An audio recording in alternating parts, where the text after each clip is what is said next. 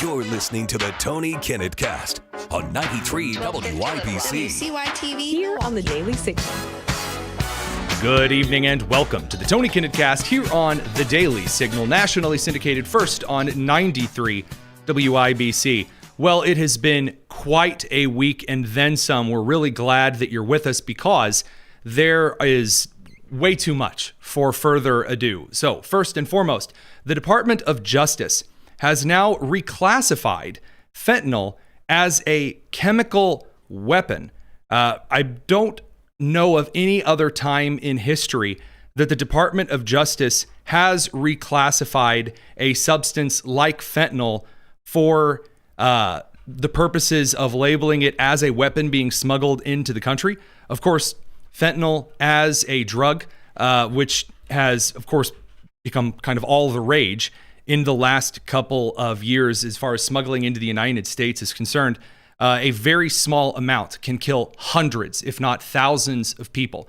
Well, a classified Justice Department brief authorizing the military strikes from the Secretary of War, Pete Hegseth, on the drug narco-terrorist boats in the Southern Caribbean and Pacific operations has described fentanyl as a potential chemical weapons threat. So the memo cites a couple of different things here. First of all, it cites Russia's 2002 Moscow theater hostage crisis, in which aerosolized fentanyl killed over 100 people during a rescue attempt. Additionally, the administration has urged, of course, that via this, drug cartels are not just foreign terrorists trying to make a quick buck off of those who are addicted to drugs, but are using fentanyl specifically to undermine the security and stabilization of the United States. So Senator Andy Kim, Democrat senator, doesn't like this. Same with Chris Van Hollen. They're very, very, very upsetty spaghetti about this. From Senator Andy Kim, quote, "They are trying to use that now to create a lethal kinetic justification, which is not what that designation is for and has never been done before." Okay, first of all, no. If there have been terrorist attacks in history in which there are individuals who have used fentanyl in an aerosolized form or have used it in a method, we talked about this actually at the TPUSA event down in Bloomington, did we not, producer Nick? That if there would have been fentanyl on the cover of the book, that the student or protester or whatever ran up, escaped security, got up on stage, put a book on the podium that Tucker Carlson and the TPUSA staff were going to speak at, there was a security guard that just walked over across the stage and picked up the book. No gloves on or nothing. And producer Nick made the point, because I had said, yeah, we said, what if something was laced, on the book? What if that was like dusted onto the page or something like that? And I said, oh, you mean like anthrax? He says, no, like fentanyl. And that it can absorb through the skin. And unless there's Narcan right on hand, yeah, that's going to be extremely lethal. So yeah, if it is in fact something that can kill you by gently brushing up against your skin, yes, that is in fact something that can be classified as a chemical weapon. You don't have to prove the intent. If someone wants to bring a case shipment of high explosives into the United States and pass them out, it doesn't matter if the intent is to go dynamite fishing. It's still considered a weapon, no matter whether it's used as something good or whether it's used as something bad. The reason you're not allowed to use asbestos anymore is not because it doesn't work. Asbestos is fantastic. It makes a phenomenal insulator.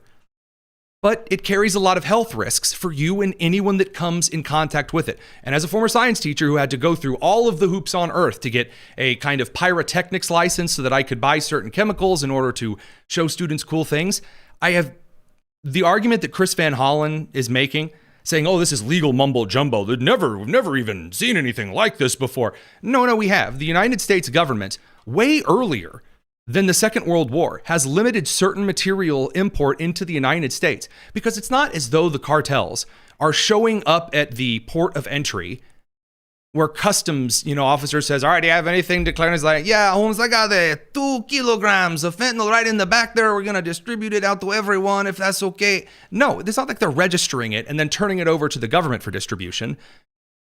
For example, if you were an individual that was importing certain kinds of uranium, if the United States was importing uranium from South Africa or from the Canadian provinces, that has to be registered and then turned over and checked and tagged by the government. That's not how that happens. It just comes into the United States and is then distributed. Now, again, every one of those individuals who is consistently groaning, intoning, bemoaning the United States removing a series of threats from the United States, the polls, maybe I should say, yeah, it's really just not impressing anybody, the argument that's being made here. So that's not the only thing Democrat senators have lost their mind over today. The Texas Tribune hosted some kind of event where idiots from all over these great United States could come and embarrass themselves on stage in front of everyone. One of these is Senator Chris Murphy. Here you go. Sure. I think he is right now trying to scheme a way to be able to stay. I think you have a potential two potential Supreme Court vacancies coming up, and it may be very important for him to install folks on the Supreme Court who may be willing to entertain radical ideas. Okay, so Murphy is suggesting Trump's going to want to stay in office because he's going to want to pack the Supreme Court. Now, you may remember, producer Nick, Kamala Harris promised to add in a ton of Supreme Court justices, expand the court from 9 to 15, and then, of course, nuke the filibuster so they could add in Puerto Rico, Washington, D.C., etc. But, clearly that Trump wants to stay in office forever is the claim that he's making. But listen, his conspiracy theory for how Trump is going to do it, I don't think we have enough tinfoil to make hats for the individuals in the room who were impressed by this statement. About the restrictions in the Constitution about a third term. He also may just be interested in installing, Donald Trump Jr. or another, family member in the White House. Whatever he's planning on doing, he can't get away with it unless he destroys the ability of the people to speak their mind in an election, because he and his party are going to lose in 2026 and 2028 unless he's successful in rigging the election. So the point that Chris Murphy brings forward is that Donald Trump's plan to stay in the presidency is appointing his son, Don Jr., as the next president of the United States. Okay, then Tim Walz gets up in front of the crowd and starts talking about how excited he was to change the flag of the state of Minnesota. Yeah, here you go. When we do better, we all do better. And the idea is of working together, lifting all boats, it works. And so one vote majority continued to pass those things all the way down. The last one on the thing is we had a racist flag. So we got a new flag in Minnesota and got rid of it. So it matters. The SEALs clapping. Oh, yeah, you did it. By the way, the racist flag, there was a Native American riding on a horse in the SEAL. That's it. Is the Native American portrayed awfully? No. There is, in fact, a settler in the SEAL as well that has a rifle. He's not pointing it at the Native American. The Native American is riding peacefully next to the farmer's field. That's it. That's the racist depiction. Oh, no, not a Native American riding a horse. Oh, man, as a tribal member, we certainly don't have all of the pictures on Earth of people before cars riding horses everywhere. Oh, no. Incredible. So that's where kind of the policy internal building is right now. The bench is not very deep. The focus is not, in fact, there. Also from today, very, very, very impressive. Just one of the greatest individuals in the history of these United States. You have the great Michelle Obama, who has now come forward to lecture anyone and everyone anytime. Future prospects looking grim here. Worry about it. Let me explain something to white people. Our hair comes out of our head naturally in a curly pattern. So when we're straightening it to follow your beauty standards, we are trapped by the straightness. That's why so many of us can't swim and we run away from the water. People won't go to the gym because we're trying to keep our hair straight for y'all. It is exhausting and it's so expensive. And the lady in the toga next to her flipping the hair, very, very exciting. Oh, so strong, so brave. Radio crew, we got to send you to commercial. We're going to continue on the live stream. It's the Tony Kinnett Cast. So allow me to pose a bit of a question here to you. Do these seem like serious people? Because right now, what we have to talk about after this week are a couple of very serious things. The Trump administration is changing some direction on tariff policy. The Trump administration is addressing what could be a serious bubble in the stock market regarding AI. There are individuals that are being charged with serious things. We just got done talking about a serious change in how the United States is combating terror in our hemisphere. And the criticism that was made from people like the Senator Chris Van Hollen or Senator Andy Kim is that this administration is full of a bunch of unserious people just making things up as they go to do whatever they want. Well, what I have just showed you is the current outlook for the left. Who seems like more serious people to you? Addressing real problems. We had a racist flag. Yes. Now, you are being told right now that the affordability situation in this country, the Democrats, they have the answer. Now, they've never actually solved that problem before, ever, in any locality, in any state, ever. There has never been a Democrat administration in the last century that has lowered prices or increased economic activity authentically in the American system. Not a single administration. So, question for the boys, girls, and squirrels out there. What on earth do you believe this bench of individuals is going to come up with to address? Because I hear quite often that Republicans, there's a lot of infighting right now. There's a lot of arguing that's going on. I'm told this is a very, very bad thing. I'm told that it's something that we need to avoid. I'm going to pose a different question, or a different analysis. Sorry. I think that the open arguments and fighting, while sometimes they need to be put aside and we need to move towards particular things, I think that's good.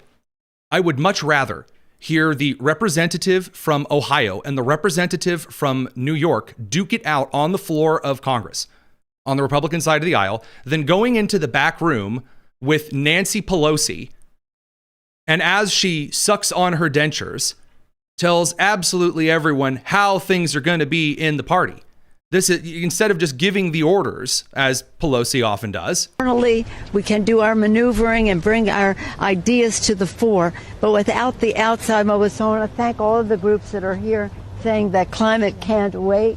I see some other Reform Jews for Climate Justice. This is a religious issue. Protect people, not. Pelosi turning around and saying, oh man, climate change is a religious issue. We have to bring everyone in and get them all in the same place and then maneuver them around so we can accomplish things. And look, there are a couple of points on that are good for actually ramming something through. But I, right now, watching this country as it tries to navigate what it believes about certain things and what its moral foundation is. Because it isn't just like the Cold War where you can point and say the Soviets are bad, we must all be unified against the Soviets. People don't believe that communists are a natural threat to the United States anymore. People don't even believe that radical Islam is a major threat to the United States anymore, by and large. Groups are rising that suggest that they are totally fine with threats to the American people. And if there's no common moral foundation, not just on the left, but on certain parts of the right, I absolutely want these ideas articulated and argued out in the open. And that brings us to one final point here as to kind of where you can expect the country to go and where you can, not expect the country to go here in the next couple of years. Right now, there is a major push by institutions and organizations around the world to try to pivot the United States away from its policy on illegal immigration. So there was a group of bishops that got in front of the American people and said J.D. Vance and Donald Trump are bad because they are turning away illegal immigrants at the border and things like that. That dog is not going to hunt. We got to pick up the radio crew, bring them back from commercial. We got more news to cover. Don't go anywhere. It's the Tony Kinnett Cast.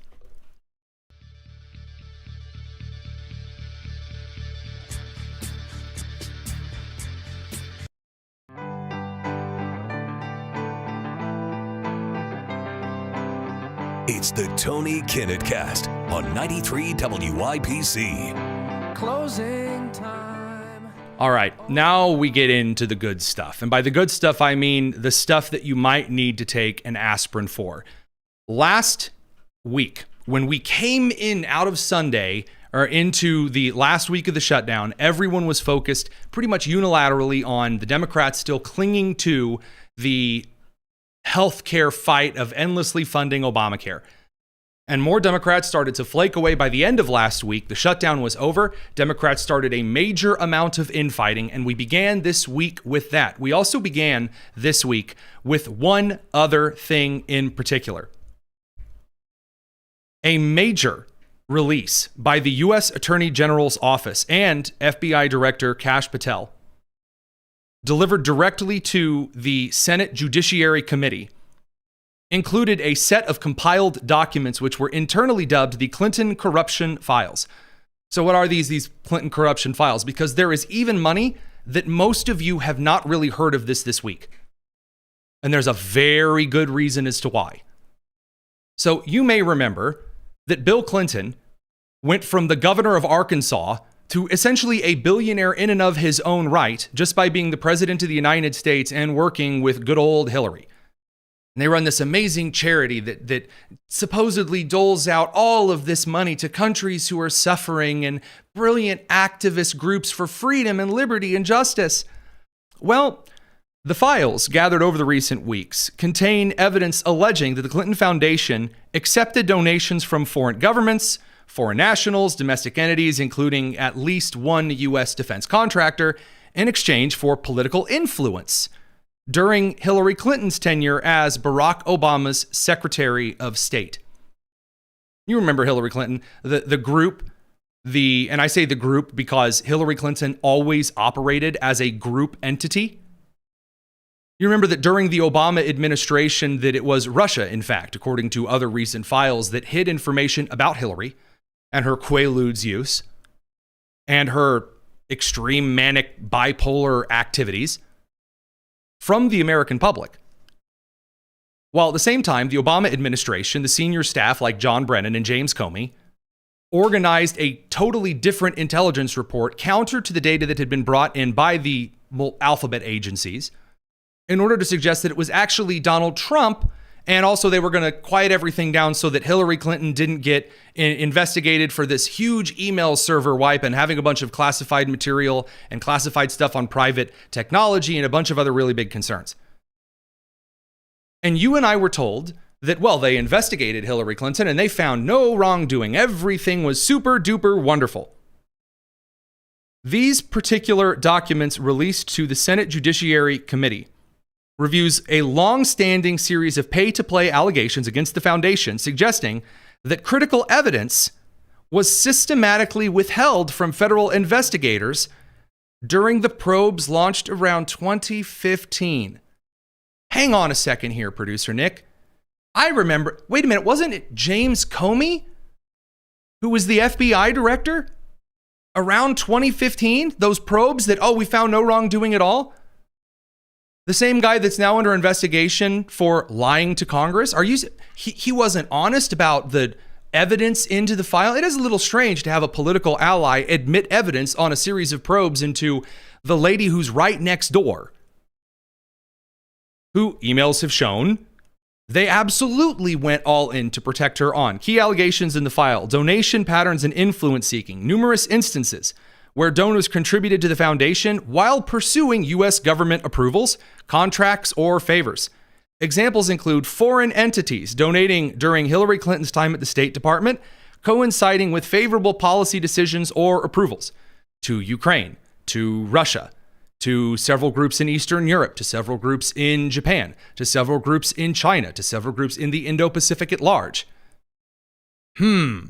Also, suppressed investigations from 3 separate FBI probes into the foundation, initiated in 2015 by the U.S. Attorney's Office in Little Rock, Arkansas.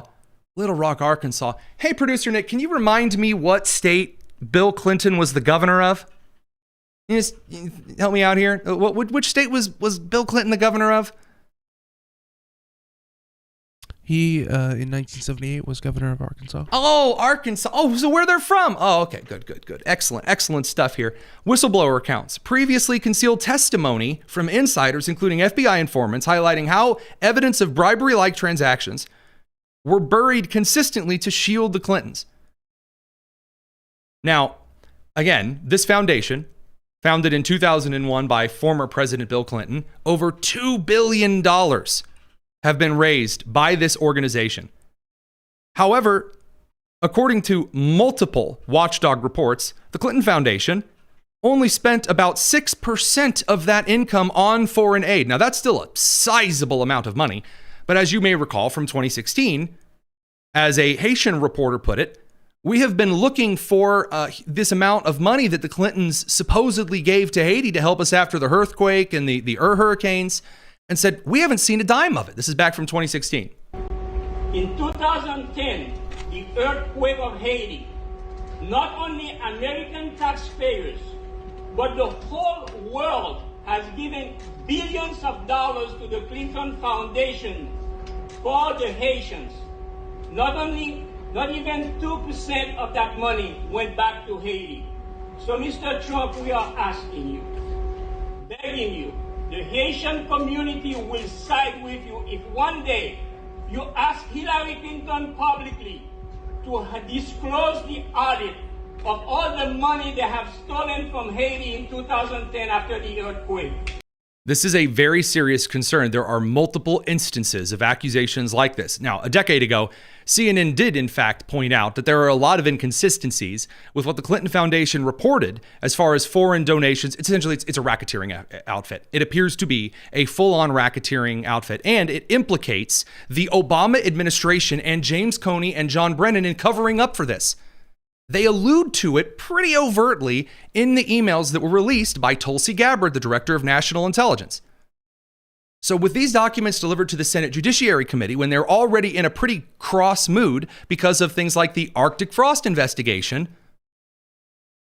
if James Comey makes the decision that, well, we're going to make sure that we, leave some evidence out of here, but 8 Republican senators later on, at the advice, suspected, of Barack Obama and cronies, then tapped the phones and tracked the locations of 8 sitting United States senators without notifying them, a very serious felony. Yeah, I would be a little cross as well. What happens the next day? The next day at 8 a.m., the House Oversight Democrat Committee leaks 3 emails redacting the victim's name in the Epstein emails to a series of outlets, and then away we go. What have we talked about nonstop in the major network outlets for the rest of the week? The Epstein stuff. Has there been any brand new, major breaking stuff? Okay, here's what we found. Number 1, we found that Epstein didn't like Donald Trump. He didn't like him. He said he's dangerous, he's bad, I don't care for him, which the Democrats then paraded around as though I should trust Epstein's judgment of Trump's character. We found a whole lot of not smoking guns. And we found some information that showed that a former New York Times journalist was tipping off Epstein when he was about to be federally charged and convicted. I've looked through a lot of these documents, including from accounts that are very much not friendly to the Trump administration. And now we are in a major drama battle between the left, the majority of the right, and then a weird cross section of the right that has decided that now we're going to have this huge national battle over when we release this, when we don't release this, and we're getting into distraction territory real quick. Radio crew, we got to send you to commercial. We'll continue on the live stream. It's the Tony Kinnett Cast. Now, here's the deal. President Trump, seeing the entire media coalesce around the Epstein stuff, because again, they're not going to cover the Clinton situation. They're not going to cover the continual chaos inside the Democrat Party, which is still ongoing, by the way.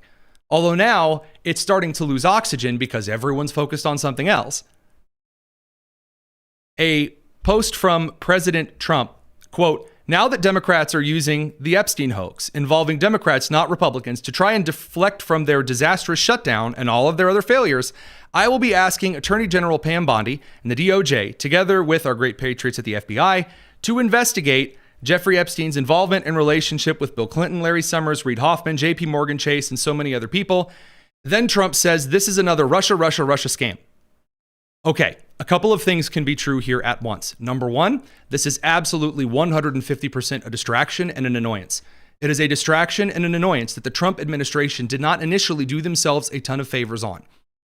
Because there were people in 2022, 2023, 2024 that said as soon as Trump gets into office, the floodgates are going to burst open and all of the documents are going to be released unredacted. And we're finally going to have all these answers. And also, I know in the deep bottom of my heart, all of these things happened. And then when you get into office and then you open the documents, whether or not you can legally release certain parts, people are expecting you to fulfill the campaign promise. And I said this at the time, I continue to maintain this. As soon as Attorney General Pam Bondi brought the influencers to the White House, handed them all binders that contained nothing new whatsoever, things that had already been released, trotted the influencers out in front of the public and humiliated the influencers, stupid move, and then got in a slap fight with Kash Patel over which documents were and weren't turned over. The American people at large were never going to trust you on it again. They never were, because institutional trust in this country is gone. It's gone. No one trusts the FBI. No one trusts the CIA, the NSA, the DOJ. No one trusts the Department of Agriculture, the Department of Education, the Department of Energy, the Environmental Protection Agency, the Federal Trade Commission, the Federal Communications Commission. No one trusts them. And there have been very few reasons to give the American people a sense of trust in these institutions over the last couple of decades. And it's not going to get any better. It's not going to get any better. It doesn't matter. Here's the real kicker. Right now, whatever else comes out of these Epstein documents, which by the way, now they're going to have to release everything. There is no way around it. They will have to release everything. And even when they do, no one will care. And when I mean no one will care, I mean, yeah, everyone, at least on the online, is going to go, they're going to look at it, they're going to see this kind of a thing. And the people that care about this story deeply are not going to believe whatever comes out of it. That's the true irony here. The people on the far right who are just asking questions, yeah, no, they don't actually want answers. Doesn't matter what the documents end up revealing. They've already made up their mind. Same with the people on the left. It doesn't matter. Again, Jasmine Crockett, who was called out on CNN yesterday, for saying that, oh, she knows that Donald Trump did it. And CNN says, well, actually, no, the victim in the email, whose name you saw because you were one of the people who drew the Sharpie over the name, said very openly, Trump never flirted with her, groped her, touched her, nothing like that. Well, she's back again the next day doing more of the same. Here you go. Sure that the Department of Justice didn't have this information, and if they didn't have this information, do we know whether or not they actually deleted this information? Do we know that there was a thorough investigation? Do we know whether or not the investigation had concluded? These are all questions that we need answers to, but we can't get them when you're not cooperating, so we don't. Got to bring the radio crew back from commercial. We'll be back in just a second. It's the Tony Kinnett Cast here on The Daily Signal.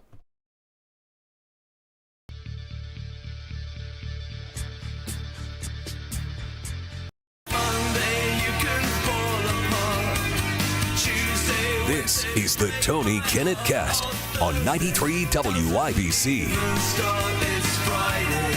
Welcome back to the Tony Kinnett Cast. I must say, I would love to tell you from the bottom of my heart that the conclusion to all of this Epstein stuff is going to make people happy. It's going to make absolutely no one happy. It's just the truth. By the way, a lot of federal investigations right now are just going to be in that general vein.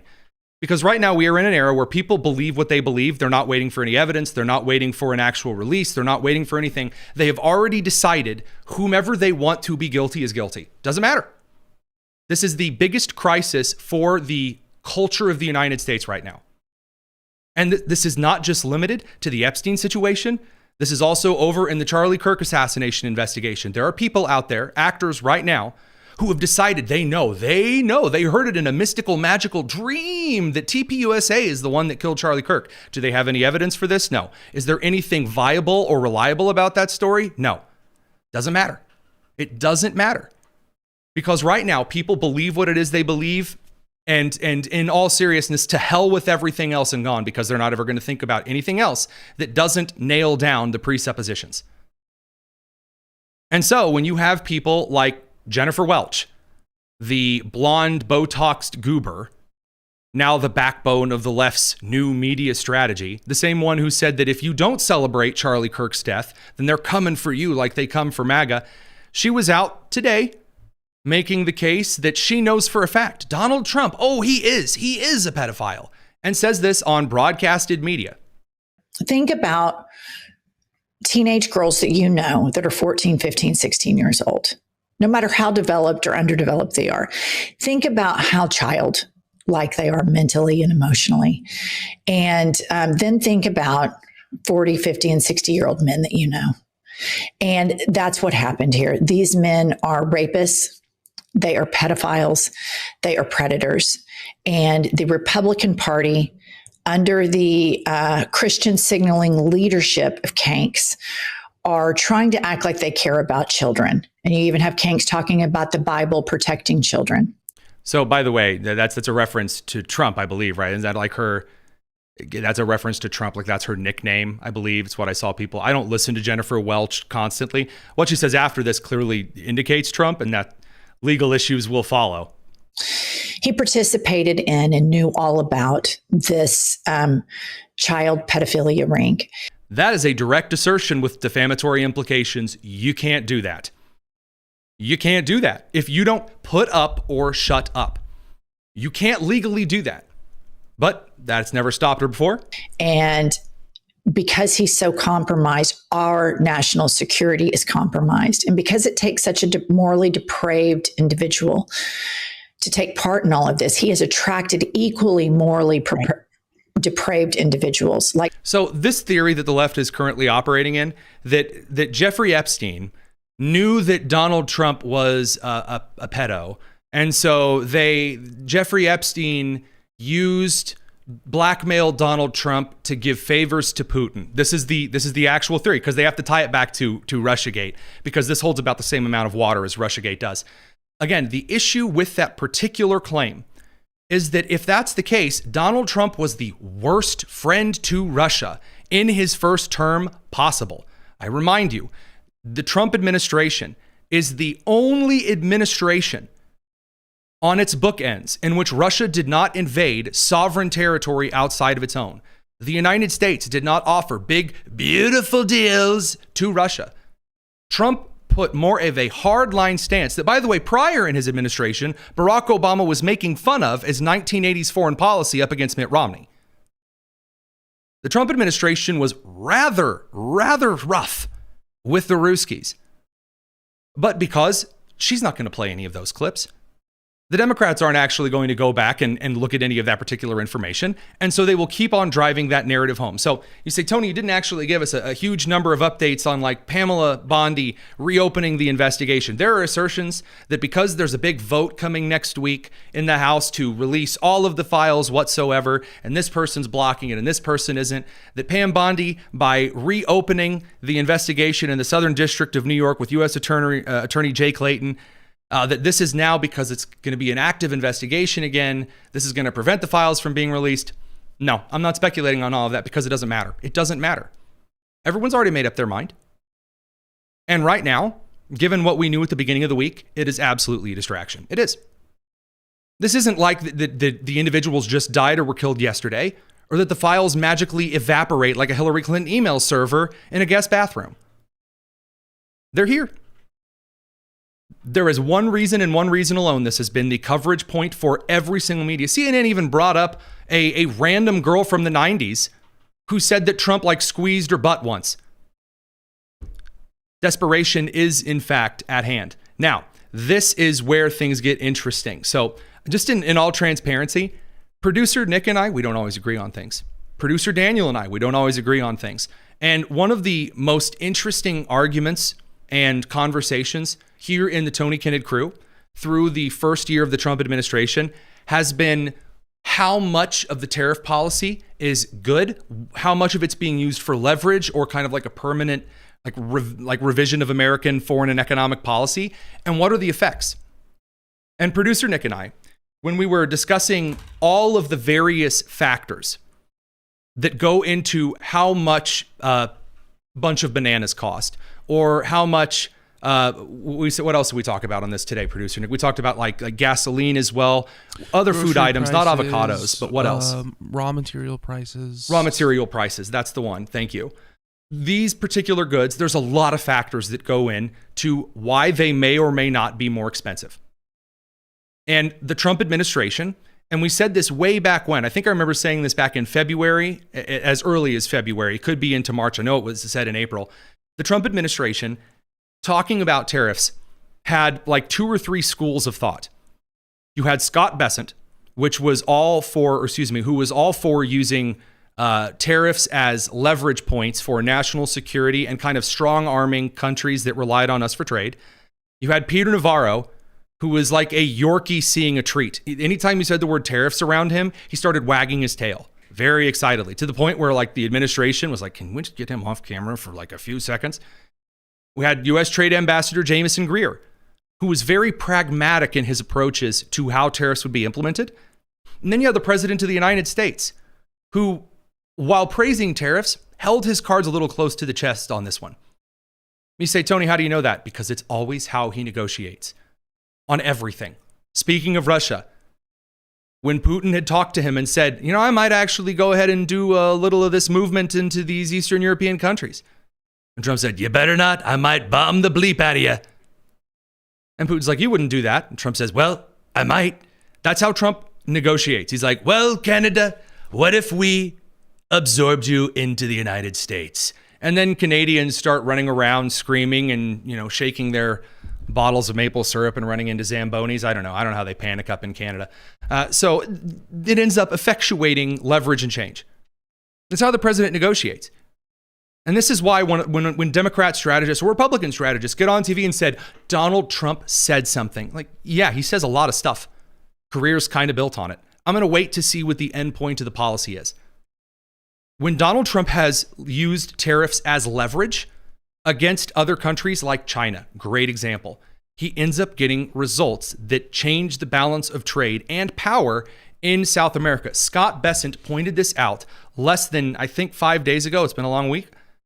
In which he said that it was because Donald Trump had used the economic peace through strength and the currency swap with Argentina that China was boxed out of relying on the Argentine soybean market, especially if the parliament swung to the left in their upcoming election, which would have boxed the United States out of the rare earth minerals market. When Trump uses tariffs like that, absolutely stellar, excellent, impressive, 10 out of 10, good stuff. There were some tariffs that were posed on the basis of trade deficits on things like bananas and coffee, on South American, African, and Western European countries like Switzerland, for example, that had people raise a couple of eyebrows and go, really? Why these? And the reason that they were given such questions is that they do, in fact, in part, raise some consumer prices in some groceries. Now, there's a question as to how long it takes certain things to kick in, how much of a price increase it is, who ends up paying for some of those tariffs. Was it going to cause rapid scale, insane hyperinflation in the United States? It did not. Did it cause the consumer price index to go up in some places, like with bananas, for example? In part, yes. Totally? No. So now the Trump administration is moving forward and is changing its policy now on tariffs. That is very, very clearly, by the administration's own admission, in response to the complaints, not just from the left, but also from the right, on consumer good prices in the United States. Every single poll, every one of them, from Rasmussen on the right and all of the right associative polling groups to, of course, those on the left, have Trump underwater with affordability in the economy. And again, there's a rebuilding period after the Biden administration. There's the rebalancing of trade right now in the country. I cannot tell you the polling numbers on things are different, whether people are right, wrong, smart, stupid, silly, gracious. Those are the polls at the moment. And the Trump administration does respond to polling. Radio crew, we're going to send you off to commercial while we dig into some of the goodness here on the live stream. It's the Tony Kinetic Cast. Now, let's dive in. So the president has released an executive order. The executive order states that the United States will be reducing significantly its tariffs on things like coffee, on bananas, on avocados, things of that nature. I think I have Jamieson Greer talking about this as well. Let me see if we can get that clip pulled up today.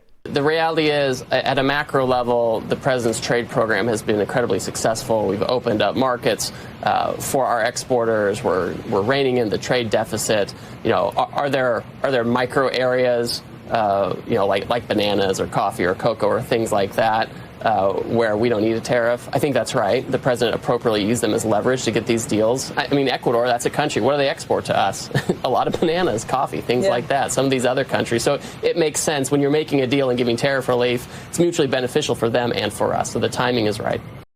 Okay, so I want to point a few things that the ambassador said that I think are correct in the assessment.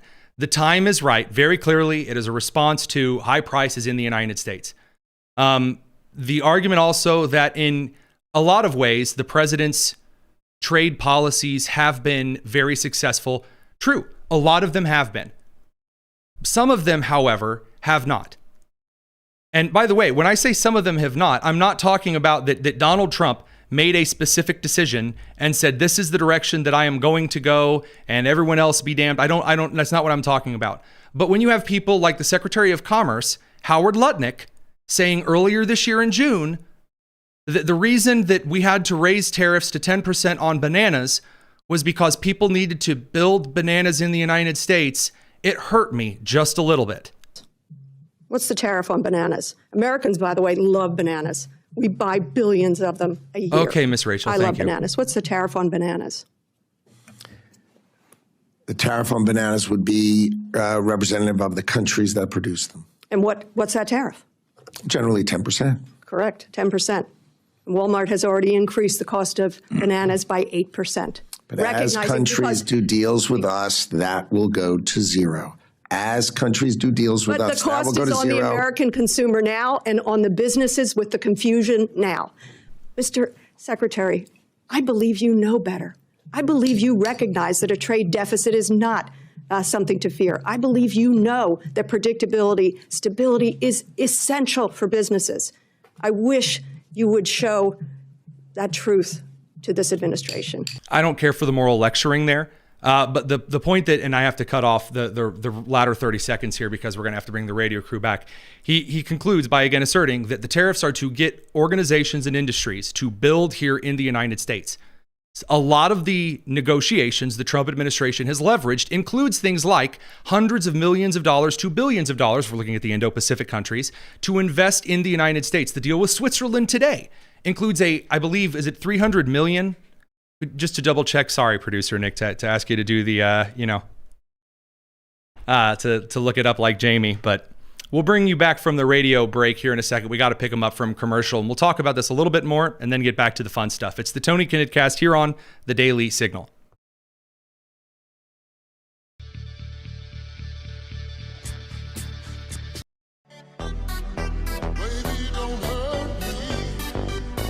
This is the Tony Kinnett Cast on 93 WIBC.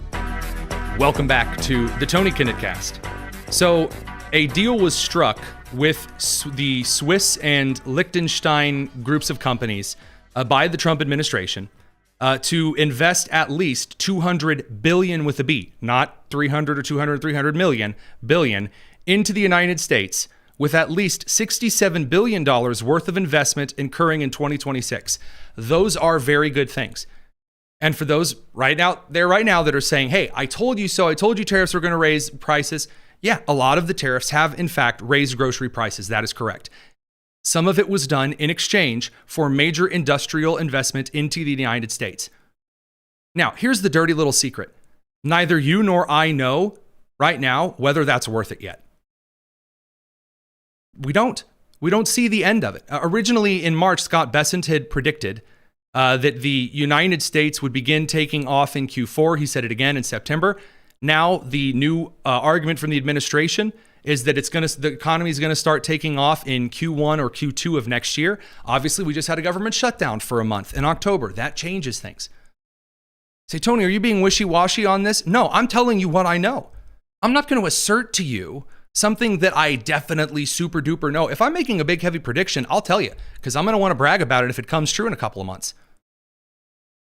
And right now, what is very clear is, number one, the Trump administration has recognized that consumers are upset. All of the polling data, all of it, suggests that people are happy about gas prices going down, which does in fact bring the total cost of food because of increased energy production in the United States.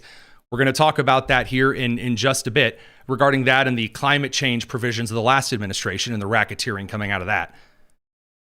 But also that the administration from the White House is responding to people who are unhappy with the price of a lot of groceries.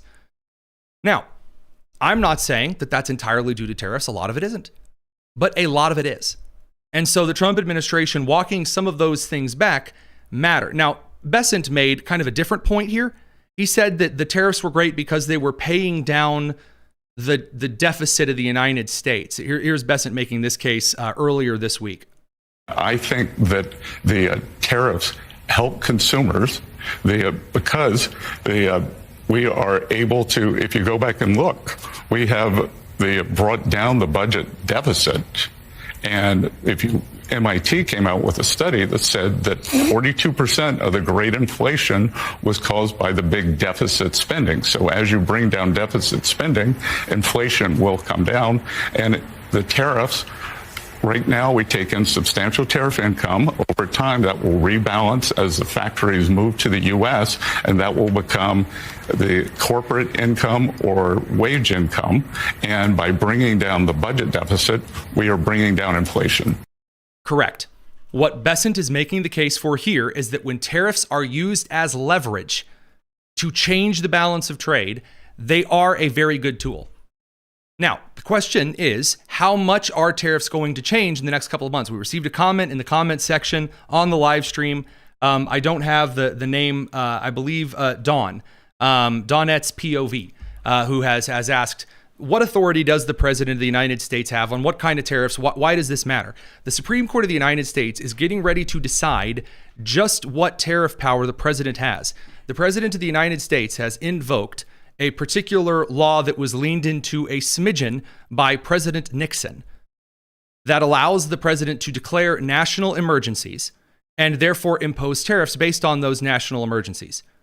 Now, here's where we get into a little bit of the weirdness, because I've said before on the show, national emergencies are the number one tool to be the death of a republic. They give the executive way too much power, and they're subjective. National emergencies, there's no way you can write a law that actually says here's what national emergencies are and aren't. So the Supreme Court is now essentially backed into a corner. They can't really pass on this. And so my prediction, by the way, and I've said this before, I don't know if I've said it on the air before, my prediction is that the Supreme Court says some tariffs are okay, some tariffs are not. Trump's tariffs on, for example, China and some on Canada regarding things that are useful for autarchical needs in a trade negative situation, for example, during war, like the production of rare earth minerals, aluminum, some kinds of lumber, again, kind of a question there, automotive manufacturing.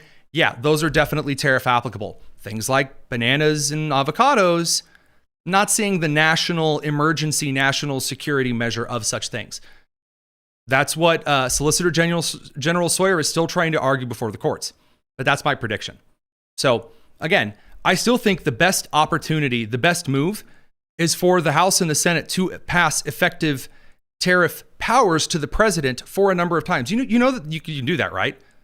That if Congress wanted to say for the next, year, 2 years, the president has the authority to negotiate tariffs. We're just going to appoint an oversight committee over it or whatever with a couple of people. They can do that. You can get creative. You don't actually have to draw a big, huge 2.5-year bill out with all of these secret, extra goofy provisions. I think that would do a small part in restoring a little bit of trust to the system. Now, moving on from that, I do want to hit on one other economic point before we get to the climate change interview. It is, in fact, regarding climate change. So right now, there are a series of articles that have come out citing experts warning that if climate change is not addressed, it's not that we will be facing the average global temperature rising anymore. Instead, we will be facing the next ice age. And that is because the Gulf Stream is destabilizing as sea levels rise and as the measure of salt water changes. And so they're worried about ocean currents going flat. And that causing an ice age because ocean currents drive a lot of weather patterns. I do think it's really funny that this is now the assertion that is being made. First of all, because it was in the 1970s that we were worried about a great ice age cooling, and then it was global warming, and then it was cooling very briefly in the 90s, and then it was global warming again for 20 years, and now here we are back to global cooling. I am going to give you a hot take that I have said before, I know on air previously. I don't know if I've ever said it here on the show. The currents in the ocean are, in fact, the planet's #1 regulator of climate stabilization. And if things go too far one way or the other, a temporary destabilization or reduction or expansion in the oceanic currents will then reset the climate to where it needs to be. Currents act as a buffer. I've said this before. This is why we don't need to freak out and lose our minds over climate change. The planet has a built-in buffer system. It is what it is for. Now, you said this before, producer Nick. Iceland, I believe, is it Iceland, who has now declared a national emergency over ice melting into the Atlantic? I believe that you'd sent this to me. I'm sorry if I'm putting you on the spot on this one. Oh, radio crew, we have to send them over to their evening stuff. We're going to continue on the live stream for just a bit. So for all of y'all, have a wonderful weekend. Head over to the live stream on youtube.com/Daily Signal or Rumble, and we'll see you guys there. Take care. For y'all, it's the Tony Kinnett Cast here on the Daily Signal, first on 93 WIBC. All right, I've actually got the clip. Go ahead, give us a little bit of an overview while I get the clip from Reuters. Yes, that's what I thought you were referencing. I pulled up the article from Reuters, November 13th. Sustainable Switch, this is the title. Sustainable Switch, Iceland warns melting glaciers a national security threat. They're referencing the Atlantic Meridional Overturning Circulation Ocean Current System. The risk of that current collapsing is a risk for climate change, as we were mentioning the sort of ice age that can be caused by that. Let's play the clip here for the fine folks before we head over to this interview. Thank you. Iceland has declared the potential collapse of the AMOG a national security concern and an existential threat.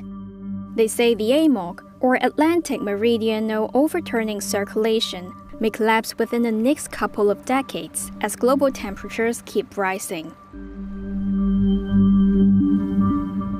So, why is the AMOG important?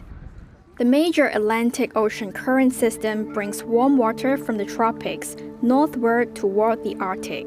Okay, so essentially they have the girl in her little accent, read the entirety of this. I haven't seen enough evidence that suggests that just all of the ice flow is just going to collapse into the sea and destabilize everything, as Iceland is apparently considering. I don't see that happening. Now, the way that the left is addressing this, by the way, is comical to the extreme. Comical to the extreme. Right now in Brazil, there's a major climate change conference which is going on. We have the deputy director of the Consumer Choice Center joining us. Really incredible stuff. Just a total flop of prior administrations. And then, of course, the left's ability to make anything into a racketeering opportunity. We head over now to Yael Ossowski, the Deputy Director of the Consumer Choice Center, the globetrotter himself, from Brazilian climate change conferences to all of the shenanigans he gets up to over in Vienna. How's it going, man? You tired yet? Not tired yet. I got plenty of energy, good caffeine. You can do a lot with nicotine too. So I'm doing fine. So tell us about this Brazilian climate change summit. Our colleague Stephen Kent, he reached out and he was squawking like a snapped mule over this. I got to hear what you're talking about. What's going on? Well, you have the Conference of the Parties, number 30. This is something that just normally, if we had a Democratic administration in Washington, would basically be the talk of the town. But because we have Trump, they don't really care as much. And this is the annual gathering that is hosted by the United Nations. It's where the nations get together and talk about essentially their climate accords. And we're going back to the 2015 Paris Climate Accords, and they're just kind of catching up on how everybody's doing and what are new measures we can do to be sure that people are in line with the Paris Agreement. So the particular Paris Agreement's got a couple of rocky bumps. I mean, we're finding out, well, we're not finding out. We are now being affirmed, I should say, by some of the previous fearmongers that climate change is not coming to kill us all and leave our skins on lampposts. Well, it's definitely true that a lot of the projections have definitely not panned out. So, we heard 12 years, 15 years. Realistically, the Paris Climate Accords is pretty sober. Look, the whole thing is they want to try to reduce global temperature by 1.6 degrees Celsius in the next 100 years. And essentially what this agreement really portends and requires of all nations is everybody's got to have some kind of plan in order to reduce their emissions. It doesn't mean about being more efficient with energy. It doesn't mean that you're going to be using cool, awesome new sources. It just means you get rid of the emissions. So you use less, and somehow that makes the planet much better. That's kind of the argument they're using.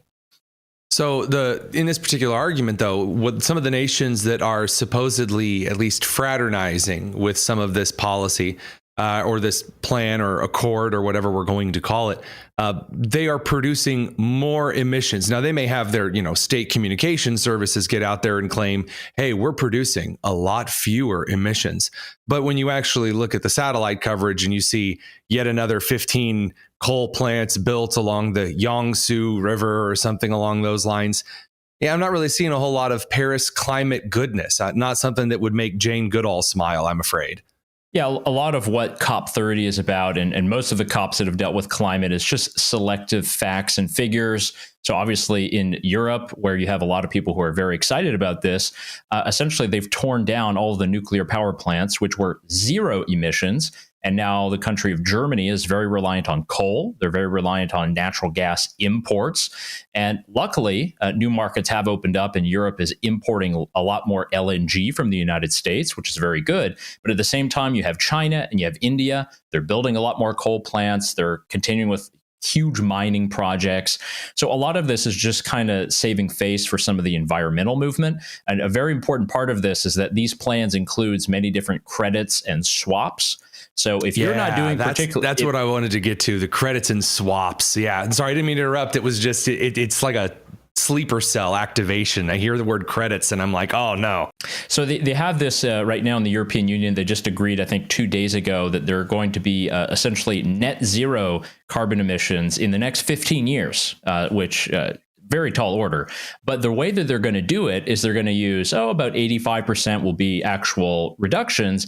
And then the rest will actually be those caps and those licenses that they'll take from somewhere else. So somewhere where they actually have cut carbon emissions, the EU will buy them, and that will apply to their certain limit. So essentially, you have a lot of finance guys that are doing these caps that are essentially fudging the numbers to say, look, yes, we polluted a lot. In our terms, we polluted a lot this year, but it's okay because Ecuador didn't do it so much. So we're going to buy a couple of their licenses and then we're fine. So again, it's an ESG score sort of on steroids, and that's the problem. It sounds like indulgences to me. It's like, my country has sinned this much to the climate, therefore we will pay this amount of money, as though it's like, yeah, sure, we had a lot of emissions, but we also, bribed the UN to look the other way on it. And we also paid off the scientists who made the emissions look worse than they are. And of course, who ends up footing the bill. This is something that you focus on quite a bit. The consumer, the person in the house with the rising energy bill, ends up footing more because some random country in the UN goofed on their emission goal they signed up for. Yeah, and there's going to be a lot of, obviously, a lot of people who are coming from developing countries that will be taking the floor at COP30. Thankfully, though, as everyone knows, President Trump took the United States out of the Paris Accords many years ago. So there is no official U.S. delegation. We've seen Gavin Newsom fly down there, a couple of the governors and people just trying to make headlines. But it is true. A lot of this just comes down to a lot of, very brave, stunning and brave. There's so much sort of this racketeering, and it's all about these numbers and figuring out. And that's why you often have countries like the Maldives or Mauritius, countries that most people have never heard of, apart from a vacation destination, become integral to this stuff because they're selling all of their carbon licenses to some of the other countries. Well, realistically, if you want to deal with this stuff, scummy. If you want to deal with it, 100%. And if you want to deal with this stuff, you have to talk about technology, and you want to talk about innovation, you want to talk about transmission, you want to talk about next level technologies, which the US is the leader of, but that's not part of the agenda. The agenda is just how do we get emissions, which they claim are pollution, how do we get those down? And it's just not a good metric. It's certainly not a good metric for human progress, but certainly not for liberty and then for consumers who have to pay much higher energy bills everywhere in the world because of it. Of course, just to cap this off, because it's so hilarious to watch this. Essentially what's going on is you have a hunter. He's already exceeded his maximum amount of doe tags or buck tags for the year. And so he shoots another one. And the game warden's like, dude, you're out of tags. Like you no more deer this year. Can you hunt? And he says, oh, that's all right. My buddy Jim down the road, I bought one of his tags from him. And the game warden's like, dude, that's not how this works. But that's how it works at the United Nations and at COP30. And just, of course, Gavin Newsom with the plague of scandals regarding fraud in his administration currently would swing on down to COP30. If that just isn't the piece de resistance, I don't know what is. Good French use of the term. Absolutely. And, we have our own issues when it comes to energy in the U.S. I mean, we obviously have raising prices. We've got issues, particularly in the Northeast, which is actually the highest electricity price place in the entire country. And a lot of that does come down to government bureaucracy. It comes down to a lot of red tape. We're not able to build new projects. They are being stopped in some blue states. You definitely see that. And then you have obviously the climate litigation game. So you have lawsuits being launched in most of those blue states against oil and gas providers, even electricity providers. So you have this kind of constant pressure in many of these blue states. I would love to say that the Secretary of the Energy, Christopher Wright, is doing a good job, because I think he is. But a lot of these problems are just local. They're right in our own communities. It's a lot of the NIMBYs. You have a lot of different narratives popping up, people trying to stop the building of new transmission lines. That's the kind of stuff that we need if we want to make energy affordable. It certainly ain't going to come from a UN conference or whatever emissions caps things they're talking about. I mean, precisely. This is one of the key issues that I consider. There are national issues, but in order to solve a lot of national issues, it requires you getting involved at the local level and getting a lot of these, well, for lack of a better term, goobers who have used bureaucratic regulation to stifle your state's energy production. Getting them out of office and getting that stuff cleaned up. Absolutely. Well said. And there's been many of states have actually tried to implement their own sort of net zero policy. I think Minnesota is the most famous for this. That's they're saying, popped into my mind. We're going for net zero. We're going good. And they're, maybe they have very good wind energy. They've set up some good solar stuff, which works 3 months out of the year. But they're still having to use oil and gas because that's how our economy runs. That's how we live life. It's how we heat our homes. They bought some of Connecticut's gas and oil credits, so we all get to go home happy, right? I mean, come on.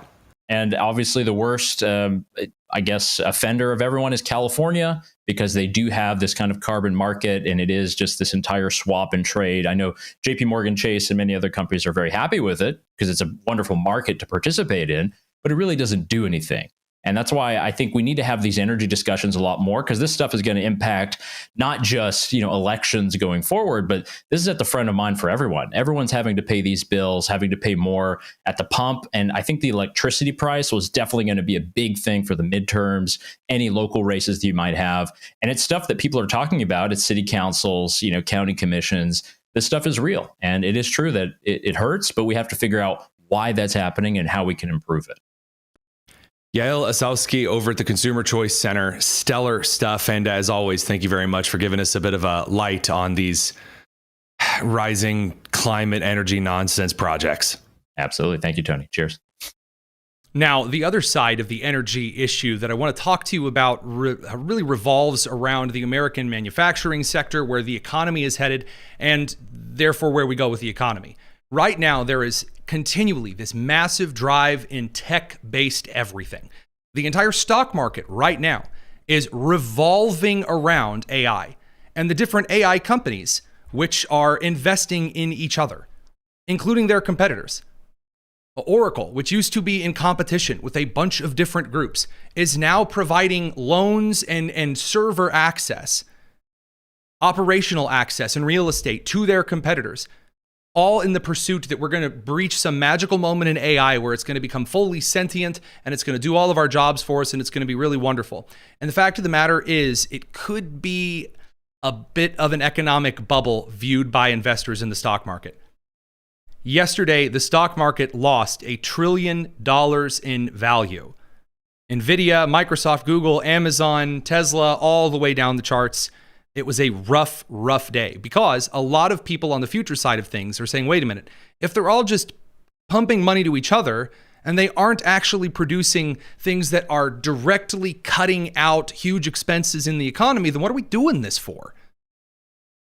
And that's a very, very big issue. Additionally, a lot of these data centers are being plopped down, as was just discussed, in various regions in which there is no energy infrastructure for. And I have been on the receiving end of lecture after lecture from the Indiana Development Economic Coordination, this group of goobers in the center of my state saying that I need to come out in support of data centers and AI facilities in rural Indiana because they're very, very good for business in the economy. And the question that I want to ask is how? How are they good for the economy? In two ways. Number one, the question that I have is, what are you doing about the cost on energy? There's a nuclear power plant being considered near Indianapolis. That's great. Neato. There should be more. There should be more nuclear power plants all over the country. The cost of energy must go down. It can't be small. It can't be as needed. We must do as China and India are doing, but not with coal plants, with nuclear plants. We should go full force into nuclear plants. We shouldn't be shutting down coal plants either. We must go all in on energy. The Republican Party must be about abundance. Because after this weird wet fever dream the Democrats are going through with socialism and their LGBTQ plus 25A and their multicultural super duper ethnic background nonsense, they will eventually find their way to Ezra Klein's abundance framework. And if the right does not also have a more of everything mentality, then it will eventually come back to screw us over. And so it's crucial right now that we don't just say, yeah, plop AI things wherever because clearly that's where the market is going. No, you must have a little more foresight. The stock market essentially did a little up and then down today. There's not a lot of positivity in the futures because, as we are rapidly discovering, AI, while it can do some really cool things, is not replacing the trades. And this brings us over to, well, then what do we do for the economy? What do we do for the economy is an education question. It's a family question. It's a housing question. It's an immigration question. Because the economy is going to need people working in the economy. Now, when I was going through school, we went through the manufacturing crisis and the hollowing out of the American manufacturing industry. And in the aughts, we saw American industry leave in a large part to other countries because the labor was cheaper. And because of massive regulations by the George W. Bush administration and the Barack Obama administration. Heavily regulated those industries. And ever since, a lot of them haven't come back. Now, Trump is doing a lot of brokering to bring a lot of that manufacturing back, but it's not going to come back the same way because there is a major facet of the economy and manufacturing that is really, really hurting the outlook of essentially just the same kind of classic manufacturing jobs that we used to have here. They're not coming back. But we are still running education not in the classic manufacturing method. Now education, and what changed for me while I was in school, is that everything shifted into tech and medical. I don't know, producer Nick, you're a little younger than me. I don't know if you remember the transition, but there was a very serious transition where we were all sort of geared up as I went through middle school into high school, where everything became about tech jobs and medical jobs. That's where everything poured into. You saw eventually we had to adopt our agricultural programs to medical and tech. They had to be sold as that because if you didn't have a fancy lay back, take it easy, white collar medical or tech job, then you were going to be poor. Was that not how it was pitched to you? We more experienced in my class. I was a part of, due to being in some accelerated programs, a unique job fair simulation program. Mm-hmm. And they pushed the tech medical jobs within those programs and would have one every year past the grade of 6th grade onwards. I'm not joking when I say this to you guys. It matters. I am 30 years old. When I was in high school, my own grandfather was an electrician. He was an electrician in Muncie, Indiana at Westinghouse and ABB for decades. I had no idea that you could go to a trade school after high school and become an electrician. No one told me. I'm seriously not joking to you. I thought you had to go to college and get an electrical engineering degree and do several kinds of calculus to become an electrician. Not messing with you at all. And even today, if I could go back, there's still a part of me that's always said that I would go back and go into a trade school for electrician work because you would have more job security. The trades in this country are where most of the focus should be. The real issue right now, by the way, is that we are still telling far too many young men and women that you need to become a doctor, you need to become a teacher, you need to become a lawyer, you need a soft white collar job. AI is going to make a lot of those jobs unrealistic. There's going to be fewer jobs in the tech sector that we thought there were going to be because AI is handling a lot of the basic white collar management. Quit sending your young men into business programs. Quit sending them like mass cookie cutters. Oh, I'm going to get a business degree. I'm going to get a business degree. And then they come out and they find out that a lot of that is really worthless.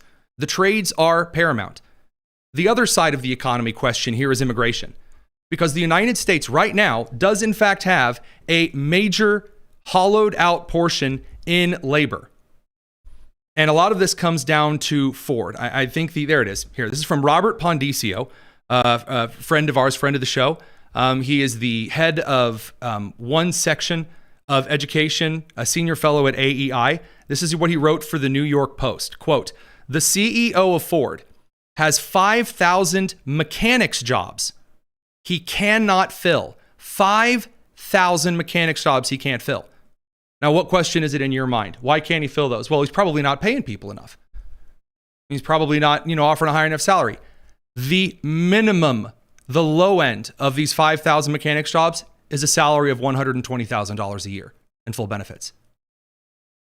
The CEO of Ford says we need way more trade schools.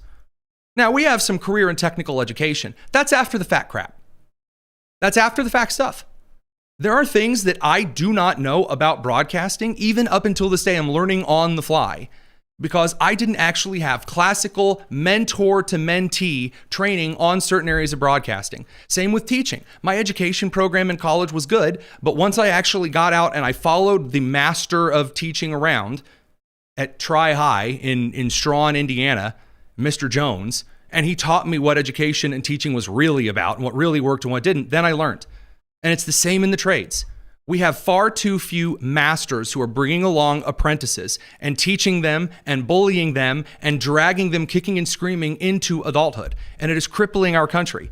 The other problem with this regard is in immigration, because you have the CEO of Ford saying, well, he needs 5,000 mechanics. He needs them now. He needs them yesterday. And by God, if he isn't going to be able to get them right here and right now, well, then he'll import them through the H-1B visa program.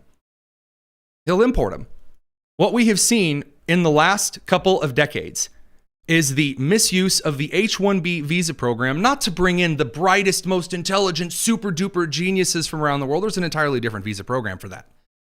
Instead, we have seen the staffing of all entry and junior level positions in a majority of sectors in the United States economy through mass visa programs. Here's Will Kane on this earlier today. 700,000 H-1B visa holders in America.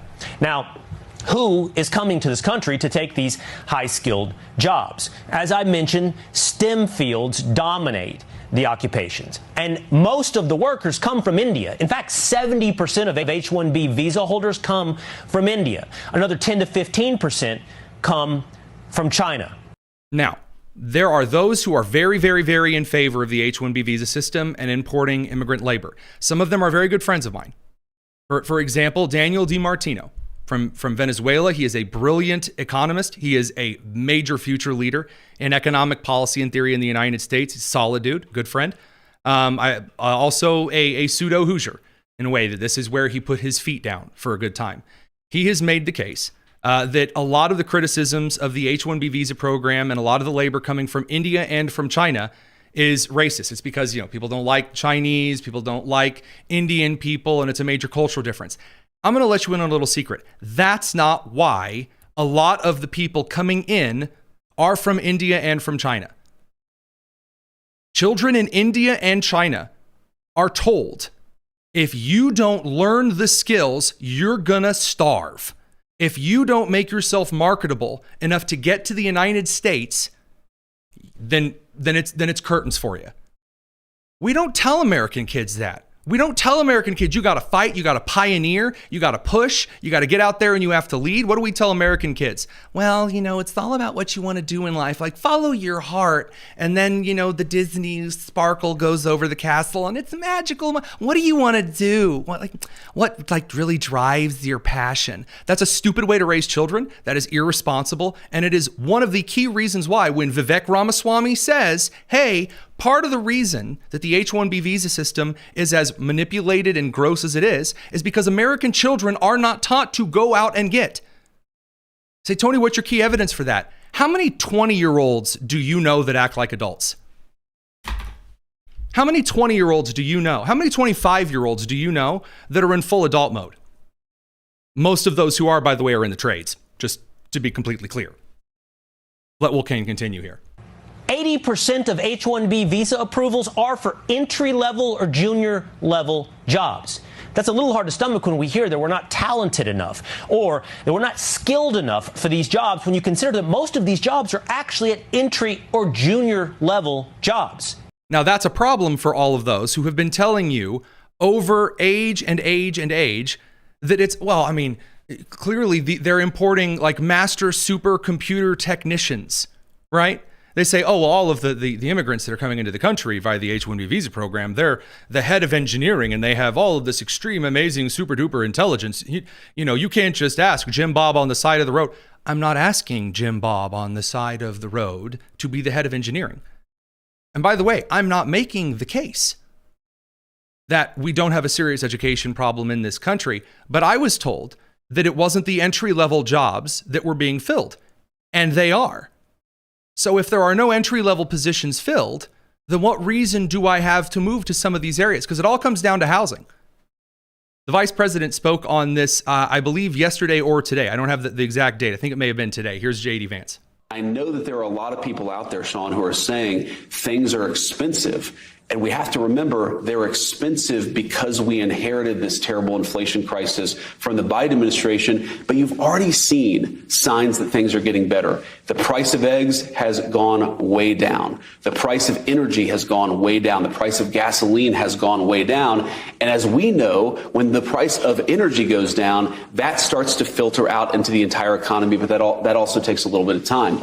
There's another component of this, Sean, which to me is maybe the most important because I care so much about our young people being able to afford a good life. A lot of young people are saying housing is way too expensive. Why is that? Because we flooded the country with 30 million illegal immigrants who were taking houses that ought by right go to American citizens. And at the same time, we weren't building enough new houses to begin with, even for the population that we had. So what we're doing is trying to make it easier to build houses, trying to make it easier to build factories and things like that so that people have good jobs. We're also getting all of those illegal aliens out of our country, and you're already seeing it start to pay some dividends.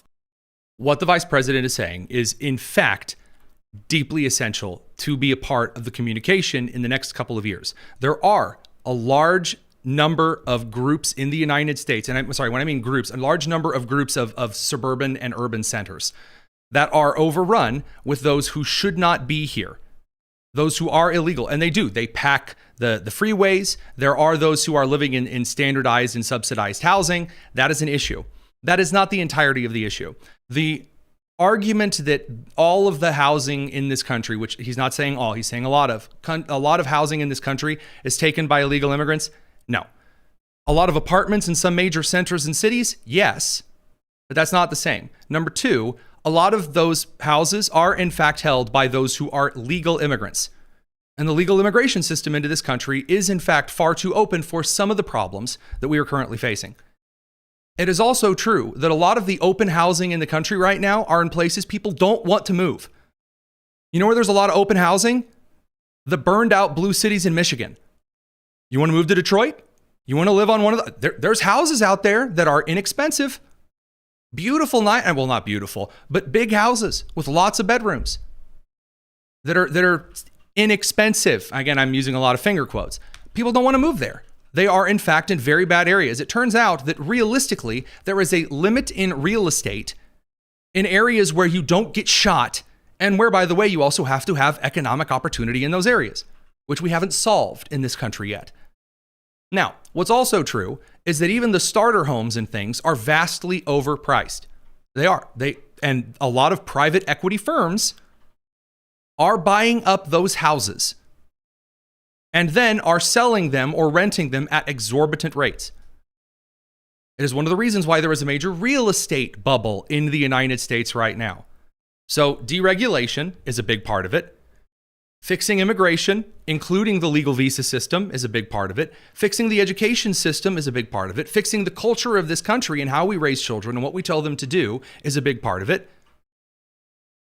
Encouraging economic-centered development is a big part of it. This is a multifaceted issue, which means it's a marathon, it's not a sprint. Americans want quick fixes. All of us do. We do. We want the problem solved. I can just vote something in and it'll be amazing. It'll fix it, right? That's not how it works.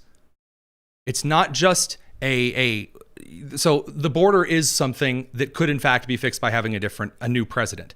To fix these issues, you need a couple of things. You need a good president. You need a good cabinet. You need a Congress that pays attention. You need a court system that's not ridiculous and hyper-political. And you need a culture that recognizes what is important and what is not important. Say, Tony, that's like an enormous order. Yeah.